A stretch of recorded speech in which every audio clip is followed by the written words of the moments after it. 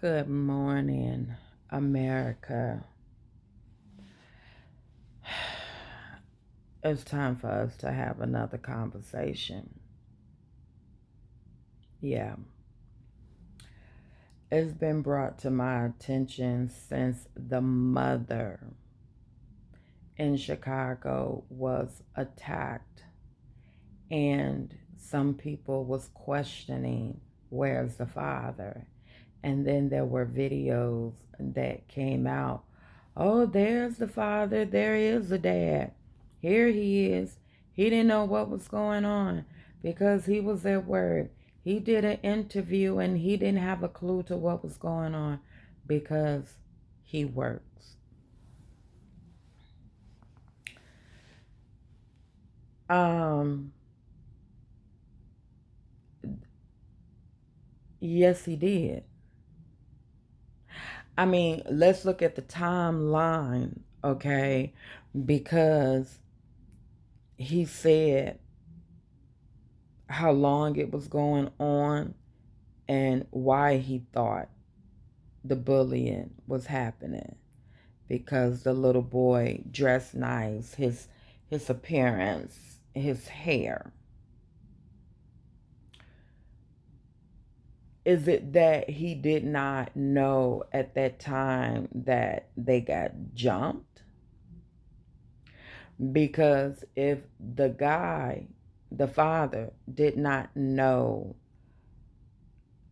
the son was being bullied, then does that mean he's not in the home? Now, my argument is not to cipher whether the father is in the home or not. What I've been hearing for a while is that kids would not behave the way they would, or just say the kids wouldn't be unruly and disrespectful if there was a dad in the home. And I'm saying that is not true. That's not true. Am I omitting fathers from being in the home? No, I am not. I would never do that, because a father is also a parent, and the man and the woman came together to produce a child. So I will never omit no parent from being in a child's home or involved in a child's life. What I am saying, due to situations and circumstances,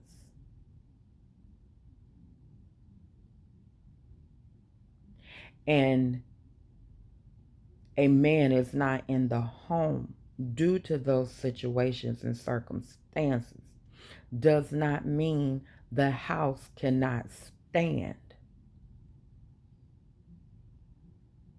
I am a witness,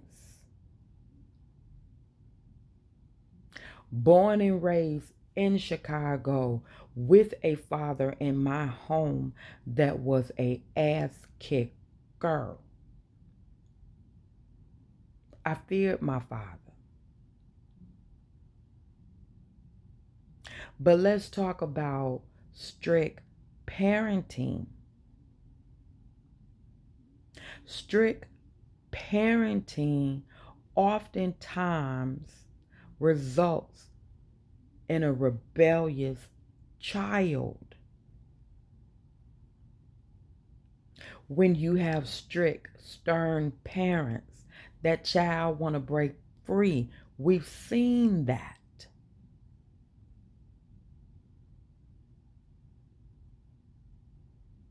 Then sometimes you have strict parents, mothers and fathers, to where the kids are afraid.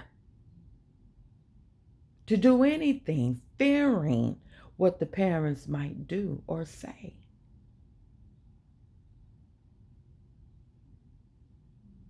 Then you have single, productive parents, active parents that still has control over their children inside the home and outside the home because of the love and the respect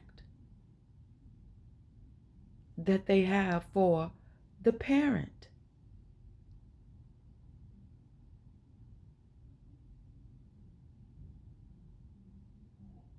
To me, respect over everything.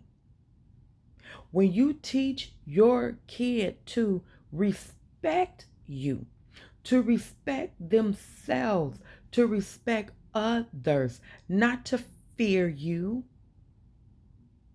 you don't put the fear into a child first. Respect.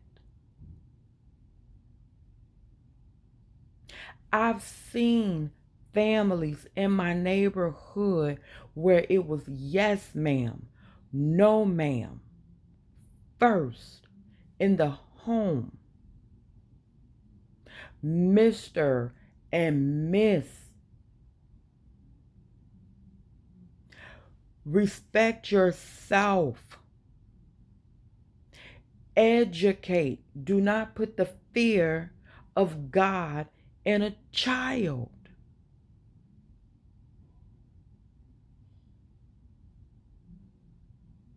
Gentle parenting. I know nothing about gentle parenting because I got my behind whooped.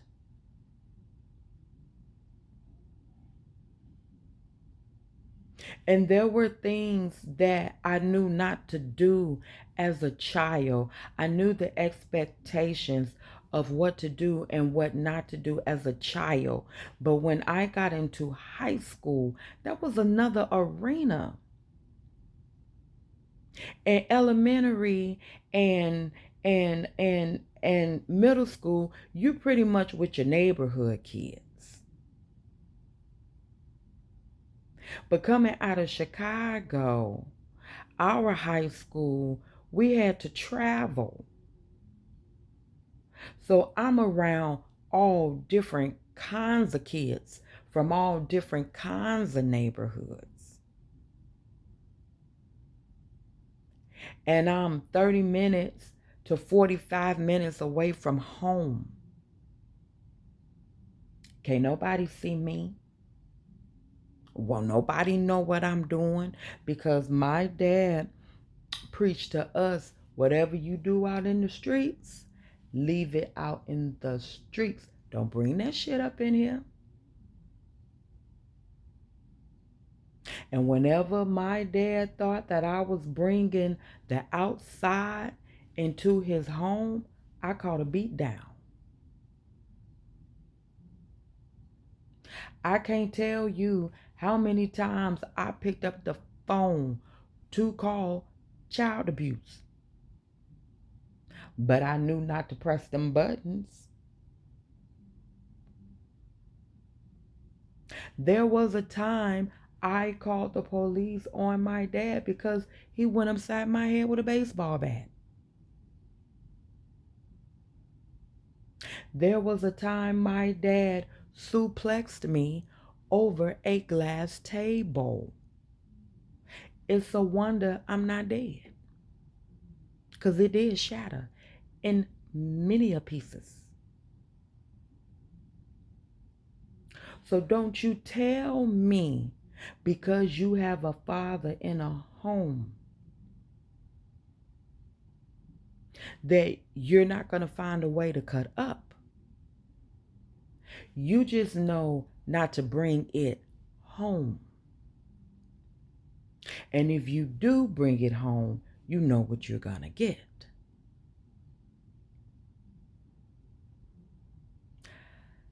As a child, as an adult, as a teenager, I knew I didn't want to go to jail.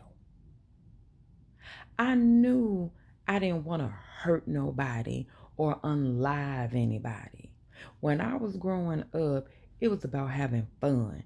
Yeah, you had some people that wanted to challenge me, but I could count on my hand, one hand, how many fights I've had. And when I was really scrapping and humbugging, I was maybe 8, 7, and I'm protecting my sister.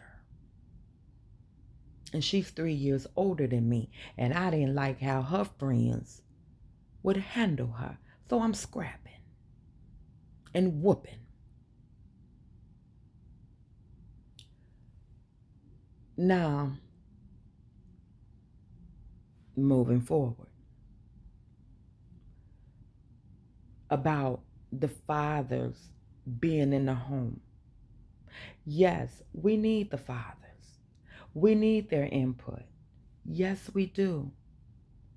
But let's talk about the roles that has changed because of some reason unbeknown to me. Well, you know what? I take that back. It's not unbeknown to me. And I know we always look at the music, but I'm going to highlight the music when the music was talking about down as women, down as bees and hoes. Now we want to be that ride or die bee.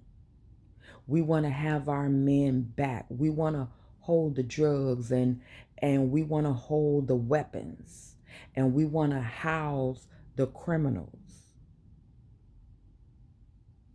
Now we became a part of the street culture, the hood culture.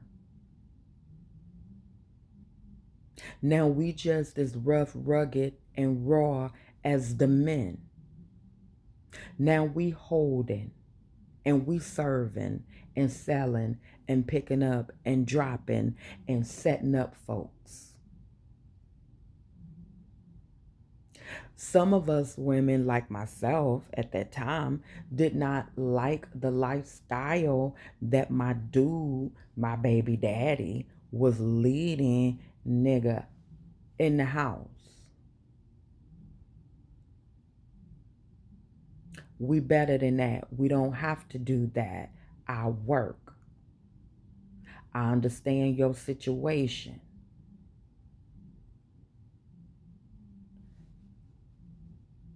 Let's do this the right way. So now I'm the one with the car. I'm the one with the money. I'm the one with the job.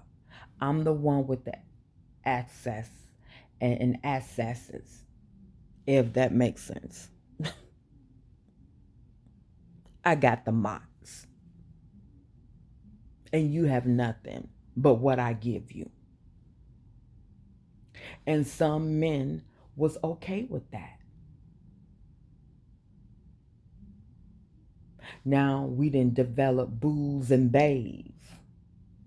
Because it's the booze and babes that's laying up on your couch, playing a video game, eating your food, not watching the children, and driving your car and serving and selling out your house and got the friends, the homies over, and all this other cockamamie stuff. Not all. But now we women, some has come into an awakening and we see that we holding it down all four corners what we need you for. You're not productive. You're just a pair of pants with a record, with no job history and no intentions of looking for a job. But then that's a reflection on the female where you decide to lay with them, you decide to have children with them. I don't think it was for me like a conscious decision. It just started on some kicking it shit. I'm just kicking it. And then it went a whole nother way. But anyway, there was a man standing out in front of the school, and he was talking to the women about how the presence of a man is important. And let's talk about the presence of a man. My mother raised me up on don't have men around your children who are not the father. And allow me to explain what she meant by that, because I understood. Can you bring a man in that have good intentions and will raise your child like they own, adopt their child, have so much love for that child? Yes, you will, but it's far few and in between.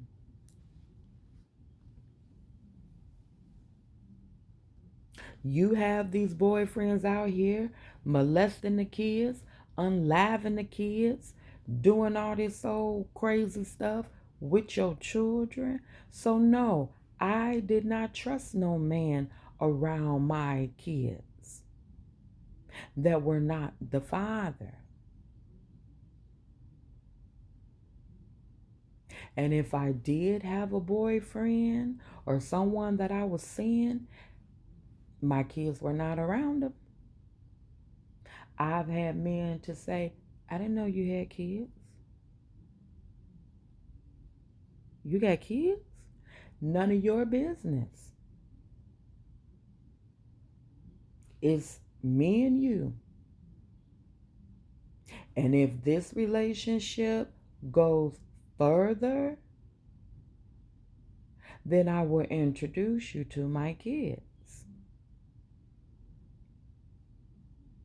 If I'm on some kicking it, having fun, no, that's just like my parents.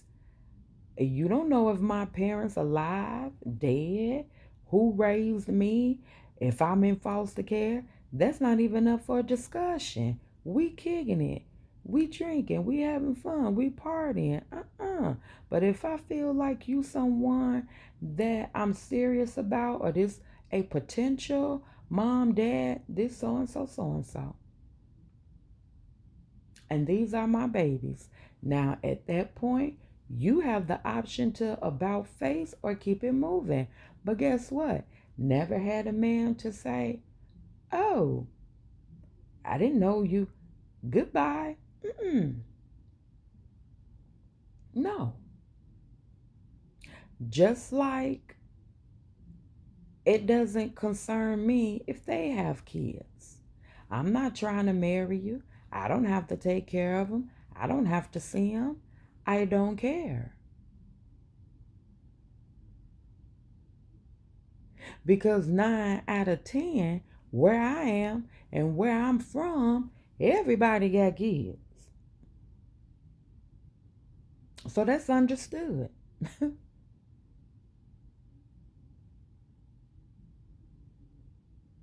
But I'm just here to clear up. I've grew up with friends who did not have fathers in the home, but daddies may came around.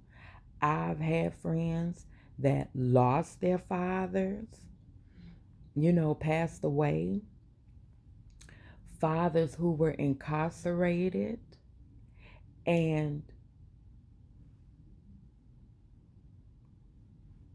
the ones that I knew personally didn't go around beating on folks, got a house full of kids. Did we do foolish things? Did we get caught up in some things? Oh yeah. We kids and we out in these streets. But I don't think nothing to shame or embarrass our families.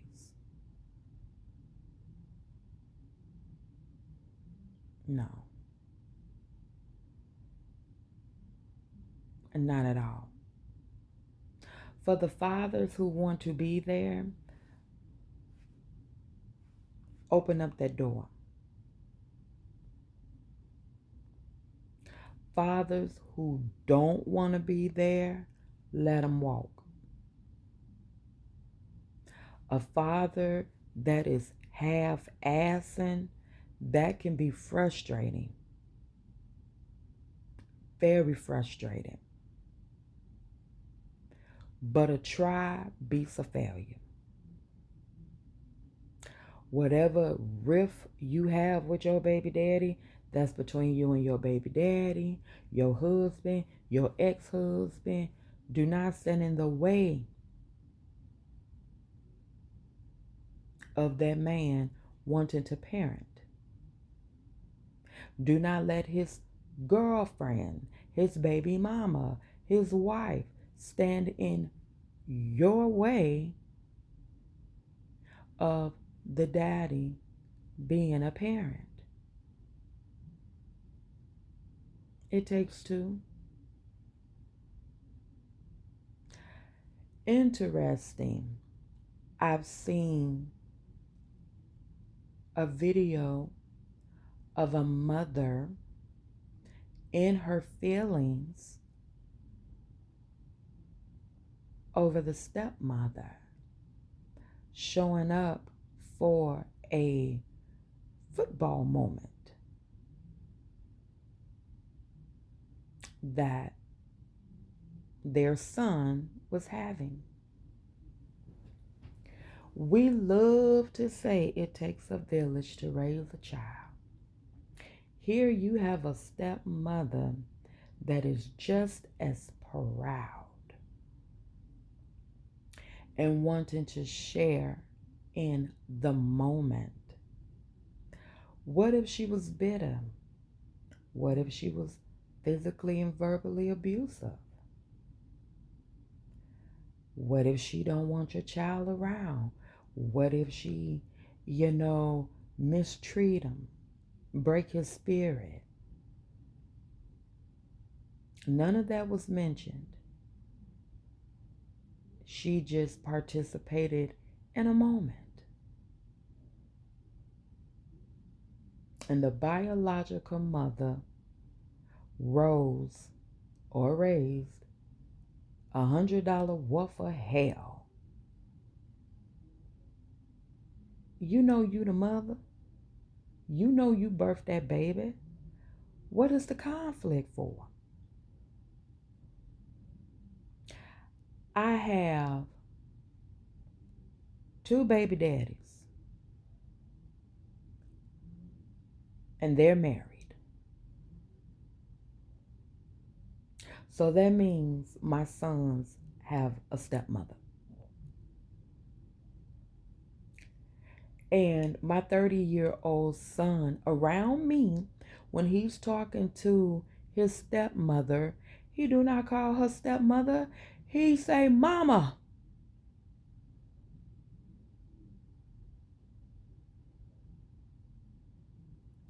And if he is not directly in my face, I know he's not talking to me. And I don't go looking, I swear to God, I don't. I don't go looking to see who he calling mama. That is his mother. As long as we are alive, that is his mother. And I have respect for that woman, and she respects me. We do not talk and laugh and lean and fall all over each other. No, we don't have that kind of relationship, but we are cordial. I have dinner with them. I kicks it with them when I am invited. I don't invite myself. When I'm invited.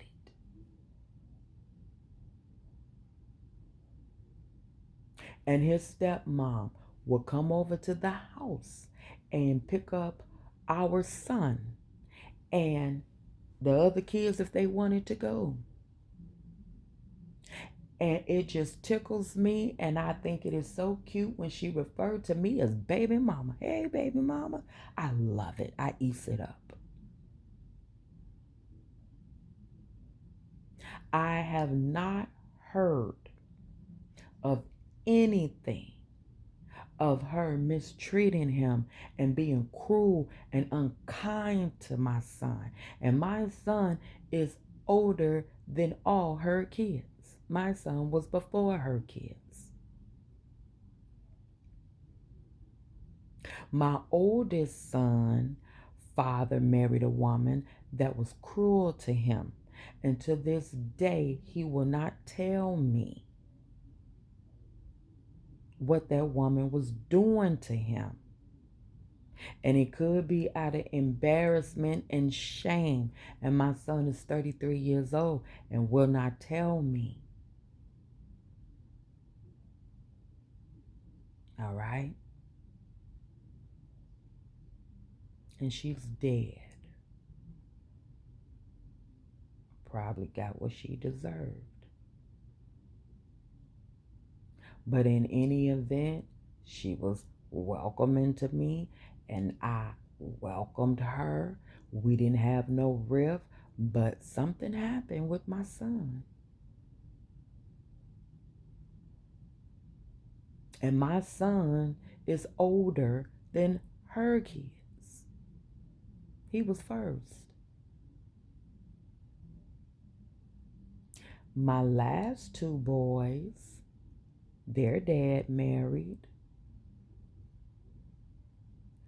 She don't care for me at all. Never met me. We spoke once or twice over the phone. I was nothing but nice to her. My two boys is older than your one son. But my boys never met her, never seen her. But I let them know you have a stepmother and a half brother. And if she gets some sense about herself and want to come around and be cordial, my door is open.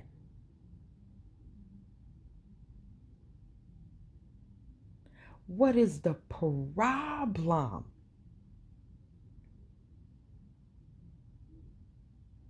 You won't have a problem out of me until you mistreat my kid, hurt my kids' feelings, kill their spirit, have them crying and bruised up. Now we need to have a conversation. I'll be to see you. We need to talk first. All parties need to be involved. Me, the woman, and the father. We need to come up with a resolution. What is the problem here? Let me know how you feel. Then we can make other arrangements. But I'm not going to keep my kids away from their father because a woman is tripping.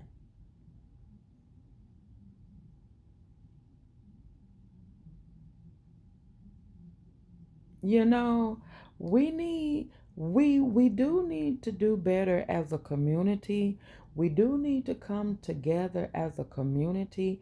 We need to omit our feelings and our personal affection and center it around the children or the child. That is primary. I had to watch my youngest um son dad come pick our son up, baby bag ready, bottles, everything is ready to watch him leave, which once was our home, to go across the street to another woman's home. I didn't make a stink about it. I knew the woman. Not a bad woman. I trust her around my kids. But the thing is, if you didn't fell out of love with me, you don't like me no more, then that's just what it is. You want to see what it do across the street? Go see what it do. Do you. But just know You can't come back this way. I hate it happened. I hate it ended this way. I really loved you. I care for you. I thought our house was a home, but you wanted to do what you did, and I just have to bite the bullet and spin off of you and try to make my life better.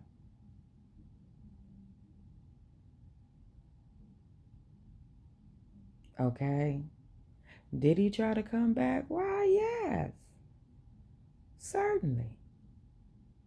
Did I let him back? Why, yes, just to get up on his feet.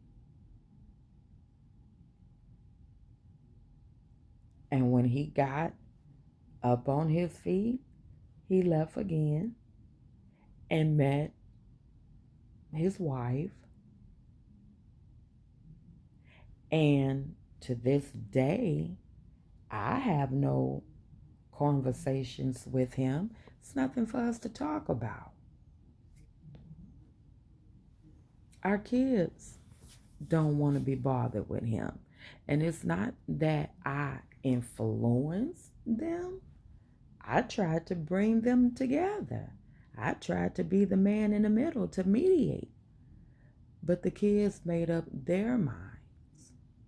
They made a conscious decision that they didn't want to be bothered because he's incarcerated.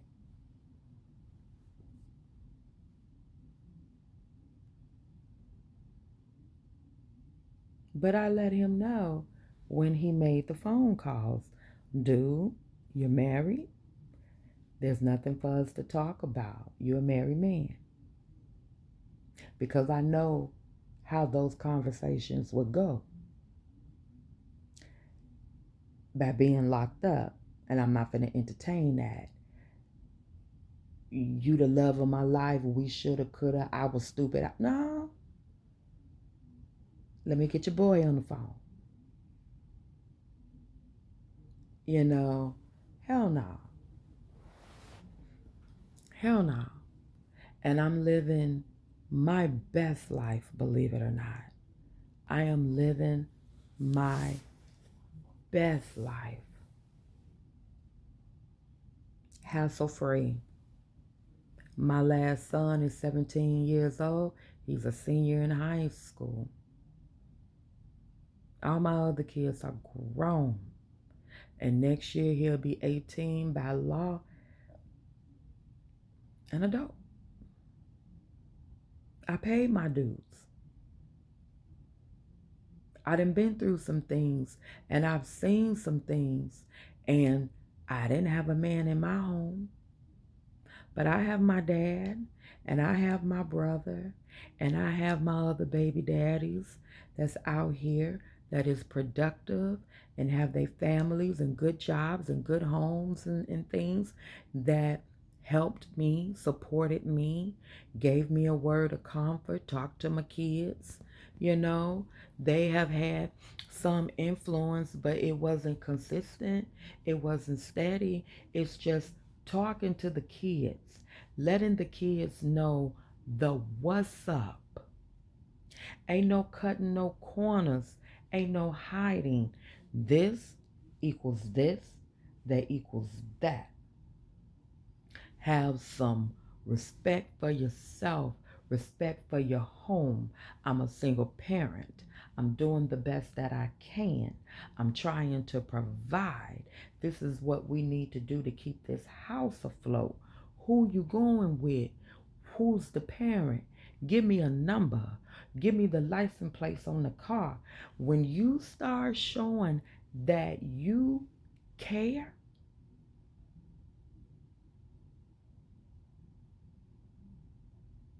and you show your kids that you respect yourself and you respect them.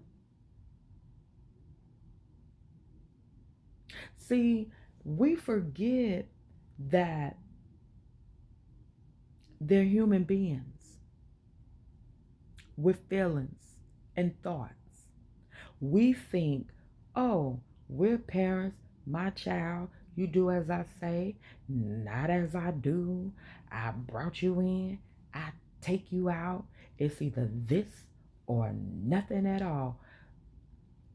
No, I'm saying no, because that's how my parents tried to raise me. So when I got older, like teenage, it's like, whoa, whoa, whoa, whoa, whoa, whoa, whoa, whoa, whoa, whoa. You not finna talk to me like that? That ain't how that shit go.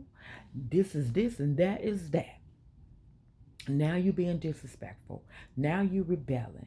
Now you gotta get out. No, no, no, no. I have a mind of my own.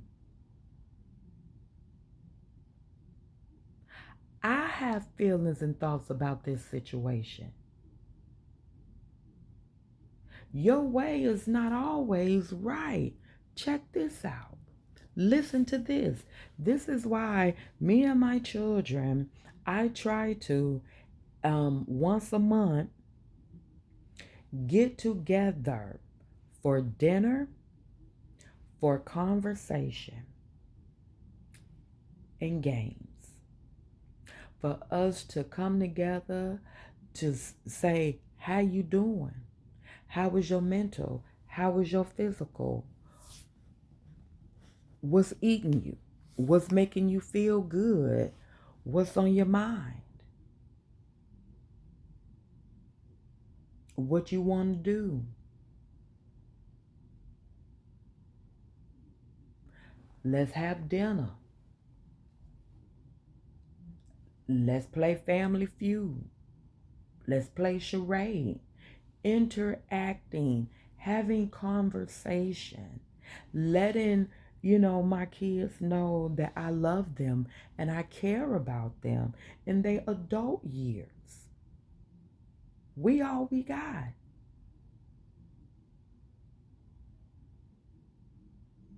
And there will be a time when mother not gonna be here.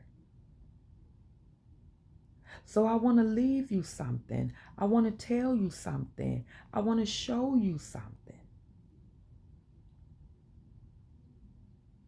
And I took out a life policy on myself. And at the time, the money sounded great. But that was like early 2000s. But now it's like, that's some chunk change. I need to go get some more insurance.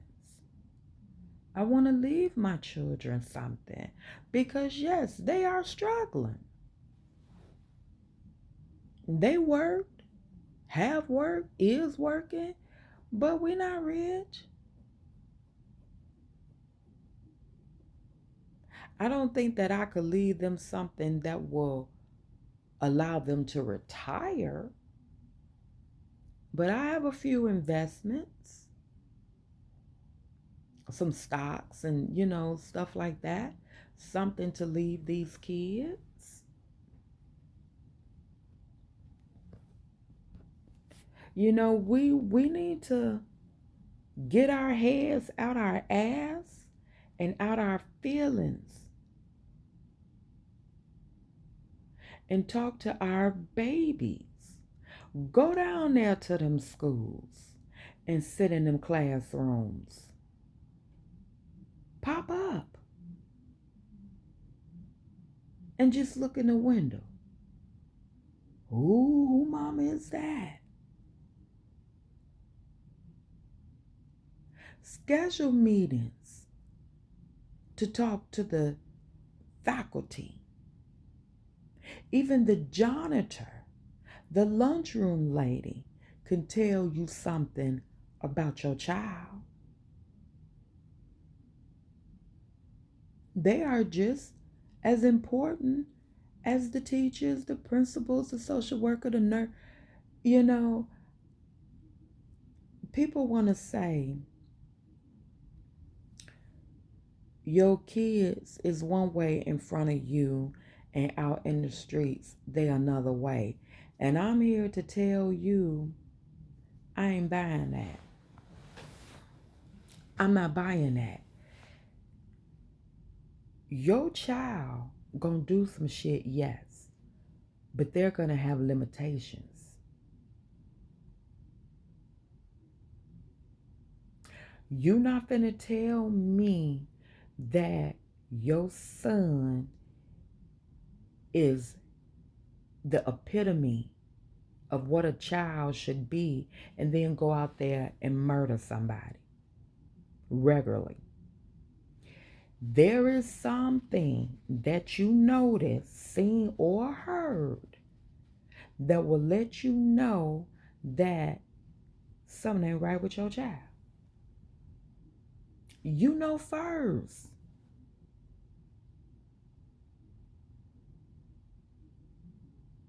Your child may get out there and experiment and may run with the wrong crowd, but it's limits. I've seen kids who come from a respectable home, but they'll stand out there and talk to the thugs. But when it's time to bust a move, nah, y'all go head on. But that's my boy. I'm cool with them. They murderers, they killers, they gang bangers, they this and that. I grew up with them. I went to school. Yeah, I'll sit up and talk to them and pass the beer and the blunt around. But when it's time to bust a move and get dirty and grimy, I see you when you get back. There's limits. No man or woman in the streets, children, want to be looked at as a goofy, a Buford. You want to be in, but you don't have to be all the way in. And I've been around thugs and gangsters and drug dealers that'll look at a lame or whatever and be like, yeah, that's my boy. He cool, but he ain't on that. When I come around, my friend girl to this day, nah, Angie don't drink. Like she garden. Nope, she don't drink. But like, damn girl, I'm home. I'm around the homies. Nah, she don't drink. Pass that to me. You know? And I respect that.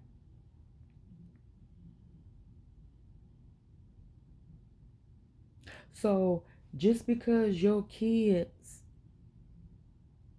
not around you don't necessarily mean that they out there fucking up. And just because they around the crowd don't mean that they putting hands and foot on somebody.